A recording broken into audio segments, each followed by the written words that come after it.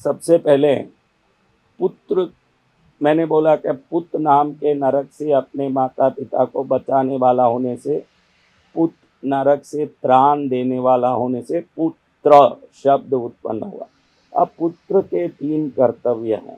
पहले तो माँ बाप जीवित हों तो उस जीवित काल में माँ बाप की हर आज्ञा का पालन करना, भले ही वो हमारे लिए जो भी आदेश दें। कई बार हमको लगे कि मेरे पिता क्या बोल रहे हैं, मेरी माँ क्या बोल रही है, लेकिन वो जो भी बोले, जैसा भी बोले, जो भी करें, जैसा भी करें, इसके लिए एक अच्छा सा उदाहरण देता रहता हूँ मैं, आपको भी आज देता हूँ। देखिए, सबसे पहले आँख आया कि चश्मा आया? आप बोलोगे पहले आँख आया। अब आँख दुर्बल होता है तो चश्मा पहनते हैं, यानी चश्मा बाद में आया।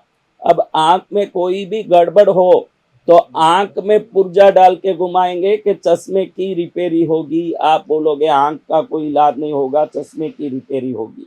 यानी आँख खराब होगा तो ही रिपेयरी चश्मे की होगी। आँख पहले आया, यानी बाप है आँख, चश्मा बेटा है, बाद में आया।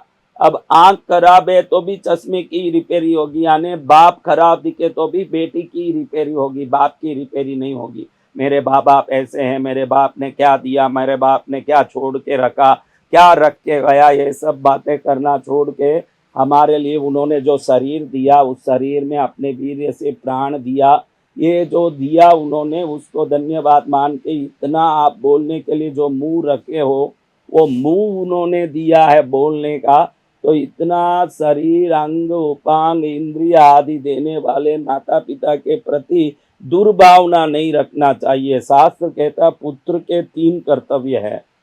पहला कर्तव्य है माँ बाप कुछ भी बोले तो उस आज्ञा का पालन करना।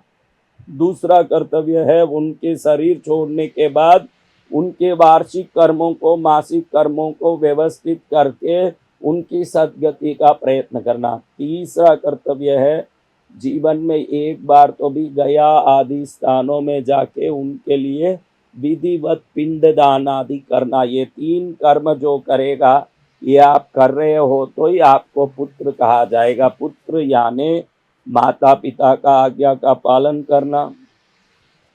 अब माता पिता के आज्ञा का पालन करते जीवन बिताया, अगर उन्होंने शरीर छोड़ दिया तो उनके लिए समय समय पर, तिथि तिथि पर, अमावास पर उनके तिथि तर्पण श्राद्ध आदि करना। फिर उनके लिए एक बार गया आदि क्षेत्रों में जाके पिंडदान आदि करना। ये जो कर्म करता है उसी को पुत्र कहा जाता है। अभी पुत्र के बारे में तो हमने समझा।